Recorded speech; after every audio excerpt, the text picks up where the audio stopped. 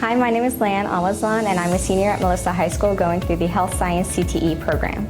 My favorite part about being in this program is just getting a glimpse into the healthcare world and knowing more and more every day that I really do want to commit to being a medical healthcare professional. Some of the hands-on skills that we got to do last year, we got to help the nurses and see children ranging from kindergarten all the way to 5th grade, and we also got to do vision screenings. We also learned how to draw blood and vital signs, and those are just some of the skills that come along with being a certified clinical medical assistant.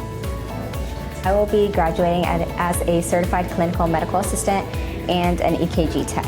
I will also be graduating with a college level 1 certificate, which will be on my college transcript, and that happened thanks to Mrs. Benner, who hosted the Personabilities class over the summer. I did not know I would be graduating with 2 certificates and 12 dual credit hours just from my CTE courses. I feel very well prepared for college.